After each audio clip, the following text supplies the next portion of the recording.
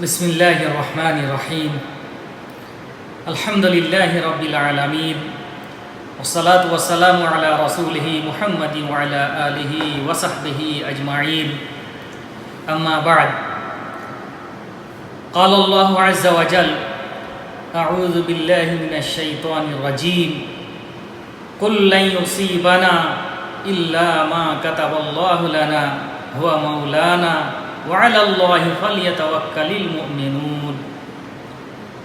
میرے اردو ہندی سمجھنے والے اسلامی بھائیوں، آپ تمام سے مخلصانہ اپیل ہے کہ 2-4 منٹ کے لیے ذرا تشریف رکھیں۔ ابھی جو آپ کے سامنے جمعہ کا خطبہ ہوا ہے، اس خطبے کا مختصر ترجمہ اور مفہوم آپ کے سامنے اردو زبان میں پیش کیا جائے گا انشاءاللہ۔ میرے بھائیوں، ہم سب کو یقینی طور پر جان لینا چاہیے کہ اس دنیا میں زندگی، موت، صحت، بیماری، خیر و شر، یہ تمام چیزیں اللہ رب العزت کی طرف سے مقدر ہوتی ہیں، تاکہ انسان جان لے کہ اس کائنات کے ایک عظیم رب ہیں جو صفت کمال سے متصف ہے۔ اللہ رب العزت کے علاوہ کوئی ایسی ذات نہیں ہے جو صفت کمال سے متصف ہو۔ اللہ رب العزت کی ہی ذات ہے جو ہر طرح کے عیب سے پاک اور صاف ہے، ہر طرح کے نقص سے پاک و صاف ہے۔ یہ ذات صرف اور صرف اللہ رب العزت کی ہی ذات ہے، کوئی دوسری ذات ایسی نہیں ہے جس کے اندر نقص اور کمی نہ ہو۔ میرے بھائیوں، جب اللہ رب العزت اس طرح اپنے صفات میں، افعال میں کامل ہیں، تو اللہ رب العزت ہی اس بات کے لائق ہے کہ اللہ رب العزت کے لیے ہر طرح کی عبادت کی جائے۔ صرف اور صرف اللہ رب العزت کے لیے ہی ہر طرح کی عبادت ہونی چاہیے اور اس کے ساتھ کسی کو شریک نہیں ٹھہرانا چاہیے۔ میرے بھائیوں، اللہ رب العزت نے اس وقت ہمارے سامنے ایک عالمی وبا رکھا ہے جسے ہم کورونا وائرس کے نام سے جانتے ہیں۔ میرے بھائیوں، یہ وبا بھی اللہ رب العزت کی طرف سے ہمارے لیے مقدر ہے، اور یقین جانیے کہ اللہ رب العزت نے یہ بیماری جو ہمارے لیے رکھی ہے، جس کو ہم جھیل رہے ہیں، یہ اللہ رب العزت کی طرف سے ہے۔ اس میں بھی ہم لوگوں کو صبر کرنے کی ضرورت ہے، اور اس پر بھی اللہ رب العزت سے اجر کی امید رکھنی چاہیے، کیونکہ اللہ رب العزت کا ہر کام کسی نہ کسی مصلحت پر ہی مبنی ہے۔ میرے بھائیوں، اللہ رب العزت اگر کوئی بیماری میں ہمیں مبتلا کرتا ہے تو شفا بھی وہی دیتا ہے، اس کے علاوہ کوئی دوسرا شخص شفا نہیں دے سکتا۔ اللہ رب العزت نے بیان فرمایا وَإِن يَمْسَسْكَ اللَّهُ بِضُرٍّ فَلَا كَاشِفَ لَهُ إِلَّا هُوَ۔ اگر اللہ رب العزت آپ کو کسی طرح کی بیماری میں مبتلا کرے تو شفا بھی صرف وہی اللہ تعالیٰ ہی دینے والا ہے، اس کے علاوہ کوئی دوسرا شفا نہیں دے سکتا ہے۔